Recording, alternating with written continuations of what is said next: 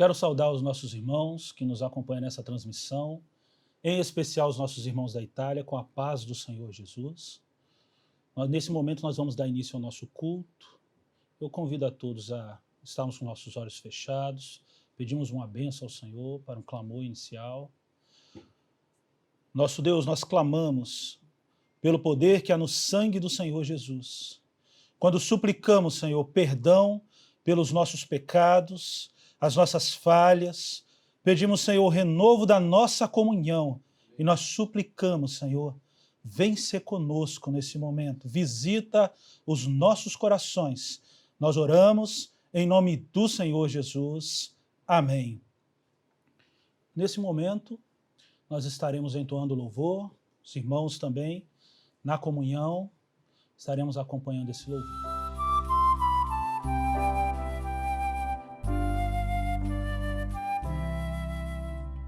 Mestre, o mar se revolta, as ondas nos dão pavor, o céu se reveste de trevas, não temos um Salvador. Não sentirá que morramos, podes assim dormir, se a cada momento nos vemos já prestes a submergir. As ondas atendem ao meu andar, sossegai, sossegai, sejam encapelado o mar, a ira dos homens, o gênio do mal, as águas não podem a naufragar, que leva o mestre no céu e mar. Pois todos ouvem o meu mandar, sossegai, sossegai, convosco estou para vos salvar, sossegai. Mestre, tão grande tristeza me quer hoje consumir, e a dor que perturba minha alma de embora vem me acudir. De ondas do mal que me encobrem, quem me fará sair? Pereço, ó mestre, te rogo, vem me acudir.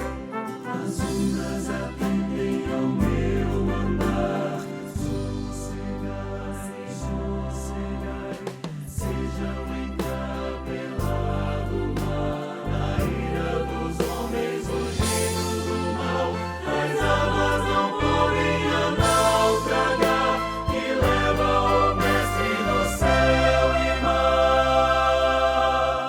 Pois todos ouvem o meu mandar, sossegai, sossegai, convosco estou para vos salvar, sossegai. Mestre, chegou a bonança, em paz vejo o céu e o mar, o meu coração goza calma, que não poderá findar. Fica comigo, ó mestre, dono da terra e céu, e assim chegarei bem seguro ao ponto destino meu. As ondas atendem ao meu andar, sossegai, sossegai, sejam encapelado o mar, a ira dos homens, o gênio do mal, as águas não podem a naufragar, que leva o mestre no céu e mar. Pois todos ouvem o meu mandar, sossegai, sossegai, convosco estou para vos salvar, sossegai.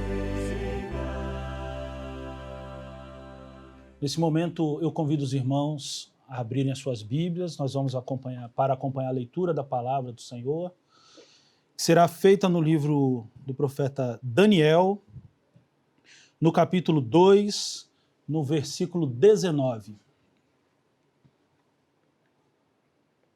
Daniel, capítulo 2, 19, diz assim a palavra do Senhor. Então foi revelado o segredo a Daniel numa visão de noite. Então Daniel louvou o Deus do céu, louvado seja o nome do Senhor. Nosso Deus, nós oramos e pedimos, fala, Senhor, através da tua palavra. Nós oramos em nome do Senhor Jesus. Amém. Pois bem, meus irmãos, a palavra que nós lemos, ela está inserida em um contexto, na história de um servo, Daniel, conhecido da igreja, tem a sua história. E a palavra do Senhor nos mostra que Daniel, nesse período, era um jovem que havia sido levado cativo para a Babilônia. Após o rei Nabucodonosor ele ir sobre Jerusalém, tomá-la, ele leva alguns jovens com algumas características especiais. É interessante que a palavra ela até vem cita, que pede jovens instruídos em sabedoria, sábios em ciência, jovens que tivessem habilidade. E ele pede, inclusive, o seguinte, que dos filhos de Israel fossem tomados jovens da linhagem real. Aqui nós já temos um primeiro ensino na palavra, meus irmãos, porque quando nós falamos da linhagem real, há uma profecia, porque a palavra está mostrando o seguinte, que o inimigo de Israel tinha um desejo em especial, uma preocupação de que a linhagem real fosse alcançada. Nós, um dia, pelo poder do sangue de Jesus na nossa vida, nós passamos a fazer parte de uma linhagem, de uma família, de um povo que há de herdar uma eternidade. Louvado seja o nome do Senhor. E a palavra nos alerta para isso, no primeiro momento. O Senhor tem te chamado para viver uma experiência na presença dEle. Guarda essa bênção. Preserve essa bênção na presença do Senhor. A palavra ela prossegue. E Daniel, assim como Ananias, Misael e Azarias, eles são agrupados a outros sábios daquela época, tomados de outros povos, cientistas daquela época. Nós até temos trabalhado nos últimos dias, há um grupo na igreja que tem trabalhado a parte de ciência e fé. Pois bem, eram servos do Senhor e eram cientistas da época, reconhecidos pelo conhecimento. E a palavra diz assim que a todos eles foi colocada uma condição, que eles deveriam participar das porções do rei, dos manjares do rei, e ali foi colocado também o chefe dos eunucos para que providenciasse tudo isso. Aí nós já vemos mais um ensino da palavra do Senhor, porque diante dessa proposta, que talvez seria o sonho de todo sábio, cientista, jovem daquela época, a Babilônia era um centro de conhecimento. Eles fazem uma escolha, eles fazem um propósito no coração. Eles escolhem não se contaminar. Eles escolhem não provar dos manjares do rei. Então nós vemos um outro ensino da palavra do Senhor. E o ensino maravilhoso era o seguinte, eles sabiam que estavam numa terra estranha. E eles sabiam que a terra deles não era aquela dali. Eles estavam em Babilônia, mas no coração, o coração dizia o seguinte, a nossa terra não é Babilônia, a nossa terra é Jerusalém. A igreja, nessa hora, tem vivido a mesma experiência. Nós estamos nesse mundo, temos os nossos trabalhos, os estudos, todas as coisas que nos rodeiam, que fazem parte da quarta medida, mas nós nos lembramos a cada dia, porque o Espírito Santo faz isso, que a nossa pátria não é aqui. Há uma pátria celestial preparada, louvado seja o nome do Senhor. E eles, com esse tesouro guardado no coração, eles seguem. E agora nós vamos para o texto que nós lemos nessa noite. Em que o rei, ele teve um sonho e ele esqueceu do sonho que ele tinha tido. E quando ele esqueceu, mas ele sabia que o sonho o tinha perturbado, ele reúne todos os sábios dele, os cientistas daquela época.